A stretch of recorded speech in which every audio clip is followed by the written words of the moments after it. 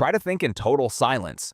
Not quiet, silence. No hum from the refrigerator, no distant traffic, no sound at all. You probably cannot recall what that feels like because your brain has never actually experienced it, and on the rare occasions it comes close, something goes wrong. This is a video about the voice inside your head, where it comes from, why you cannot turn it off, what happens when scientists force people to sit with nothing but that voice for a few hours, and what the research suggests about what your brain is actually doing when you seem to be doing nothing at all. In 2014, a team of psychologists at the University of Virginia ran a study led by Timothy Wilson. They put participants in a room, alone, with no phone, no book, no music. The only object in the room was a button. If pressed, the button administered a mild electric shock.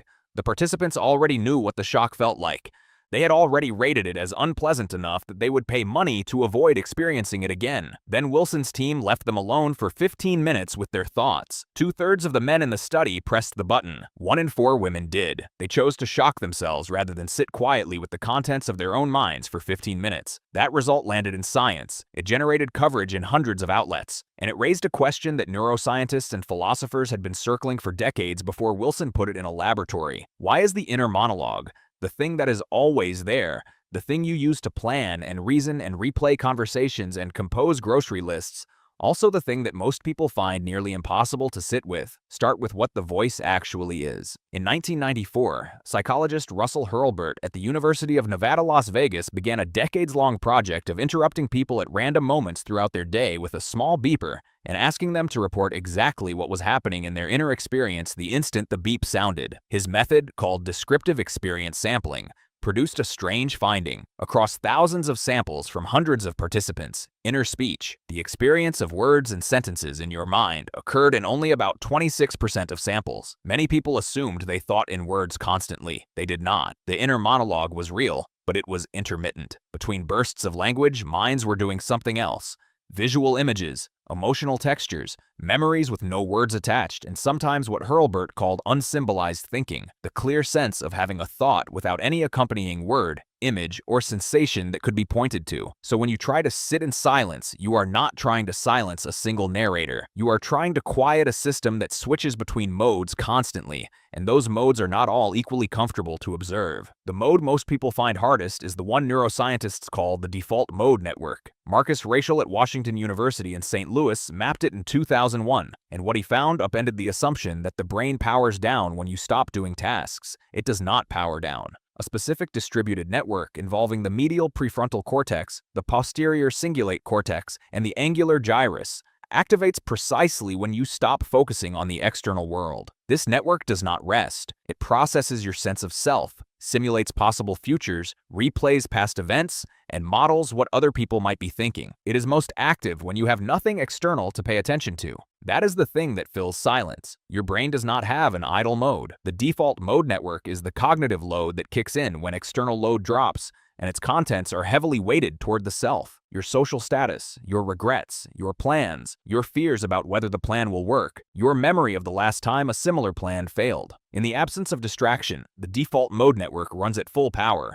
And for most people, uncurated and undirected, it tends to drift toward the negative. This is not a personal failure. A 2010 study published in Science by Matthew Killingsworth and Daniel Gilbert at Harvard, which tracked over 2,200 people via iPhone across 22 activities throughout the day, found that people's minds were wandering roughly 47% of the time, regardless of what they were doing, and that mind wandering consistently correlated with lower reported happiness. The study's title was "A Wandering Mind is an Unhappy Mind." What they were measuring was a default mode network running without a task to anchor it. Anthropologist Robin Dunbar at the University of Oxford proposed in the 1990s that language itself evolved not primarily to communicate information about the external world, but to replace social grooming. Primates maintain social bonds by picking through each other's fur. Humans maintain them at scale by talking. If Dunbar's social brain hypothesis is correct, then the inner monologue is a kind of self-directed social processing, your brain running social simulations, rehearsing conversations,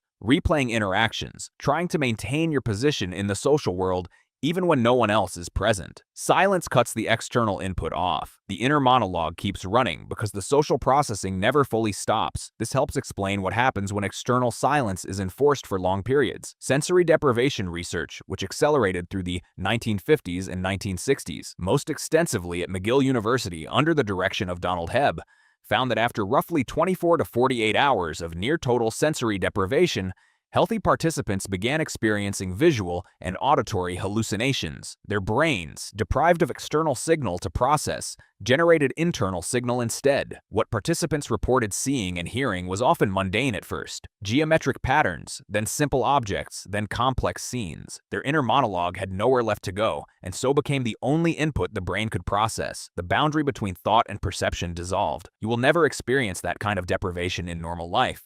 But a smaller version of the same dynamic is operating whenever you are bored. Boredom researcher Sandy Mann at the University of Central Lancashire has published work showing that the experience of boredom correlates with a spike in daydreaming and creative association. The mind, deprived of engaging external content, starts generating internal associations that cut across categories it would not normally cross. This is why many people report having their most creative ideas in the shower, on a long drive, or during any activity that is repetitive enough to suppress deliberate thought, but not demanding enough to suppress the default mode network entirely. The mind does not go quiet when the world goes quiet.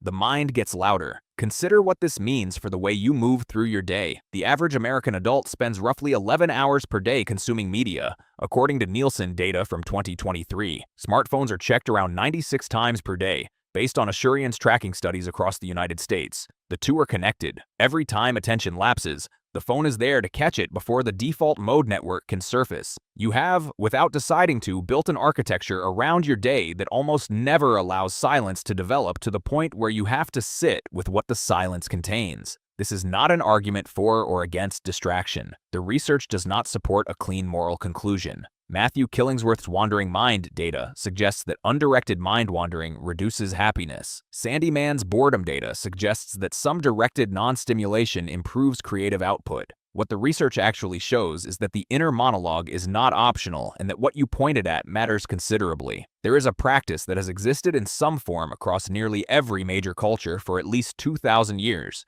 usually described as meditation or contemplative practice, that involves doing exactly what most people find impossible. Deliberately sitting with the inner monologue without acting on it, without following it, and without distracting from it. Neuroscientist Judson Brewer at Brown University has spent over a decade studying what happens in the default mode network during this kind of practice. His imaging work, published across multiple papers from 2011 onward, shows that experienced practitioners exhibit reduced activation in the posterior cingulate cortex during meditation, one of the default mode network's key hubs. The mind does not go quiet. The relationship to the noise changes. Brewer describes it as the difference between being caught in a current and standing on the bank watching the current pass. The inner monologue is still there. The voice is still generating. What shifts is the degree to which the practitioner is identical with the content of that voice, pulled into each thought as it arises, rather than observing it from a slight remove. The inner monologue is not evidence of a restless or broken mind. It is what a brain designed by 3.5 billion years of evolution to monitor, simulate, and plan does when the external environment goes quiet. The fact that you cannot stop thinking in silence is not a malfunction. Every time you have ever sat in a quiet room and found your mind immediately filling with replayed conversations, half-finished plans, and low-grade unease, what you were experiencing was your brain doing exactly what brains do. The silence was never actually silent. You were just close enough to hear it.